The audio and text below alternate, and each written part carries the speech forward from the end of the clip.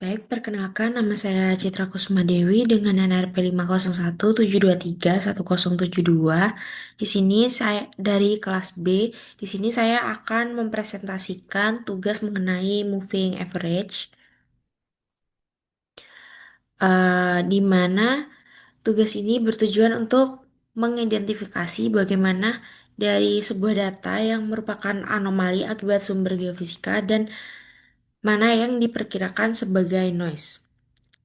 Lalu juga menerapkan metode Simple Moving Average untuk melakukan penghalusan data SP menggunakan 5 variasi ukuran jendela atau window size yang berbeda.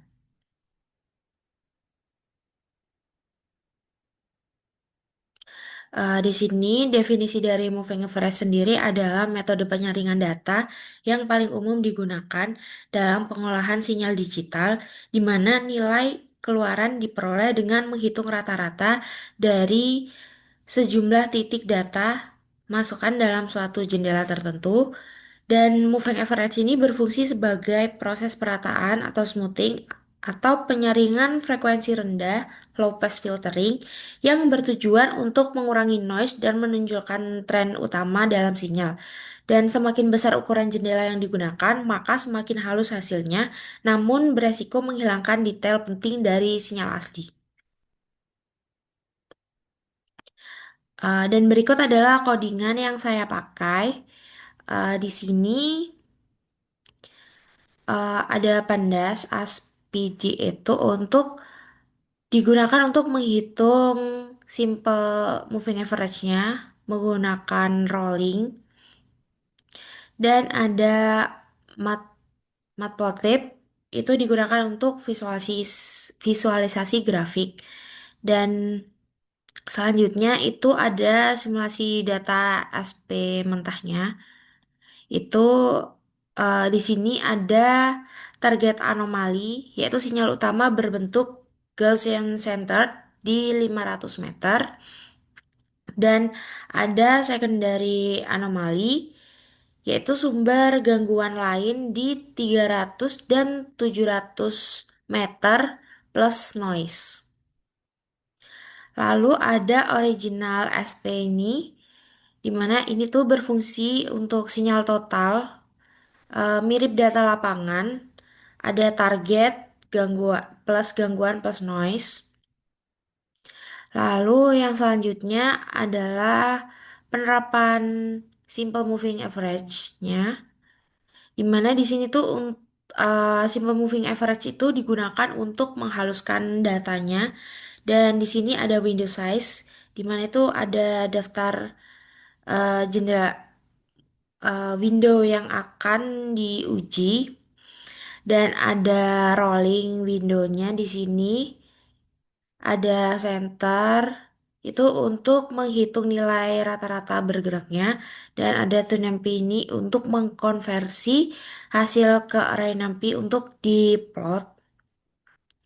Lalu di sini ada plot original SP datanya, di mana di sini original untuk menampilkan grafik data SP yang raw dengan original SP dan membandingkannya dengan sinyal target yang sebenarnya, yaitu target anomali.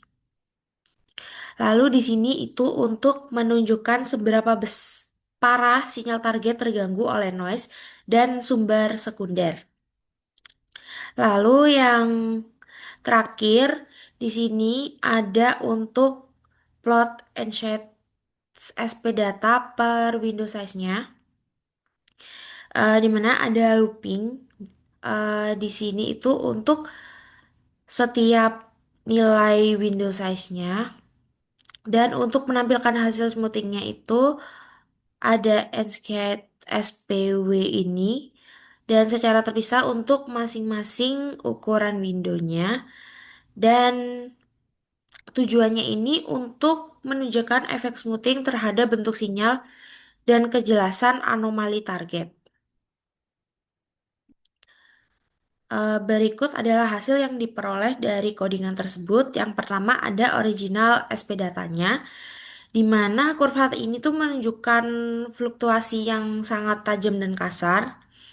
dan mengandung noise yang sangat tinggi, terlihat dari banyaknya lonjakan yang naik dan turun kecil yang tidak membentuk pola geofisika yang jelas.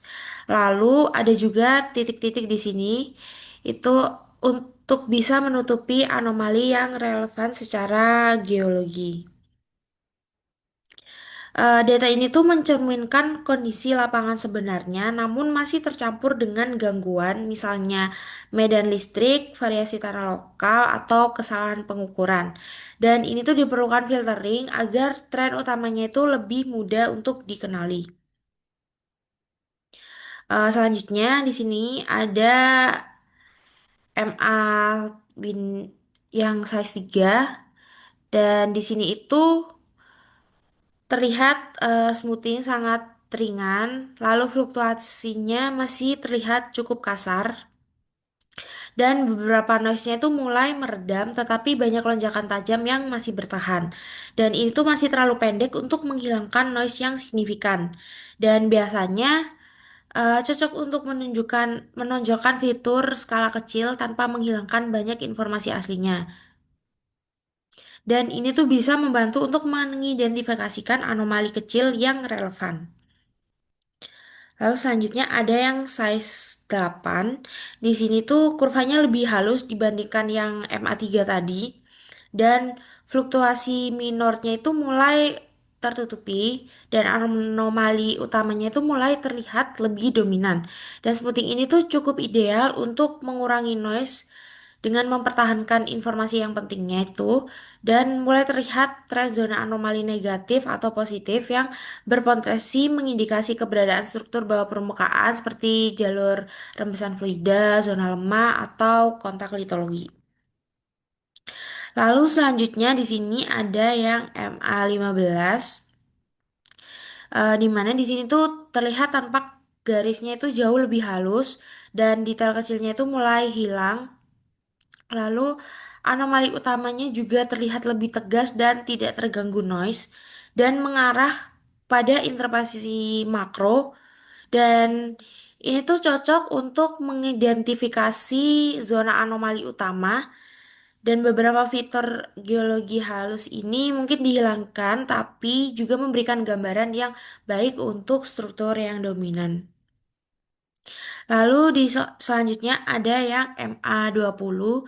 Di sini tuh terlihat bahwa trennya tuh semakin smooth dan hanya mempertahankan bentuk umum sinyalnya saja dan hampir semua noise kecilnya itu sudah hilang dan ini tuh cocok untuk interpretasi skala regional dan memetakan anomali yang besar. Dan detail kecilnya itu tidak terlihat, jadi mungkin mengabaikan target kecil misalnya pipa rembesan yang sempit.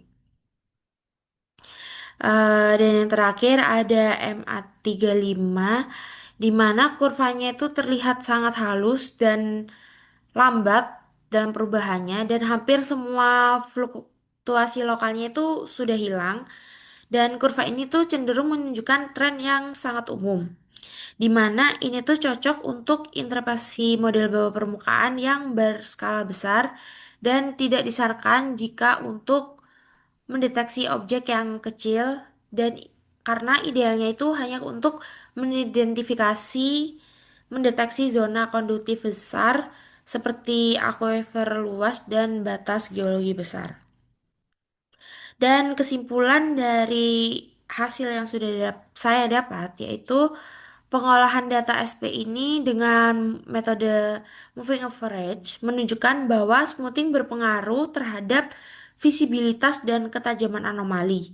Dan data SP original itu memiliki fluktuasi tajam akibat noise, namun tetap penting sebagai referensi dasar dan smoothing dengan window yang kecil MA3 dan MA8 itu masih memperlihatkan detail anomali lokalnya, sedangkan untuk smoothing dengan window besar MA15, 20 dan juga 35 itu menonjolkan tren besar dan menghilangkan detail yang kecil.